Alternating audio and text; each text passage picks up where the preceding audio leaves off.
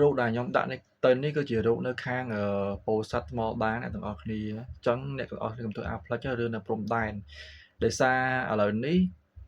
ពួកវាកំពុងតែរំកិលចូលទឹកដីយើងម្ដងទៅហើយមើលតាមរូបភាពនេះទៅវាយកកុងតឺន័ររាប់រយកុងតឺន័រ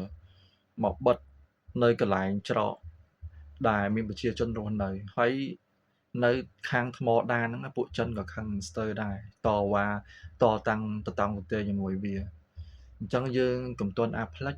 រឿងបញ្ហានៅខាងព្រំដែនអញ្ចឹងយើងបើឃើញព័ត៌មានអីអឺប្លែកអីយើងគួរតែ share គ្នាឲ្យបានច្រើនទៅដើម្បីឲ្យចែករំលែកឲ្យដឹងថាឥឡូវវាយ៉ាងម៉េចហើយអញ្ចឹងណាហើយមើលតារូបភាពនេះទៅបងប្អូនដល់កហ្មងសិតតែកុងតឺន័រវាយកមកដាក់ពេញផ្លូវហ្មងហើយពួកចិនខឹងស្ទើរពួកចិនខឹងខ្លាំងណាស់បងប្អូន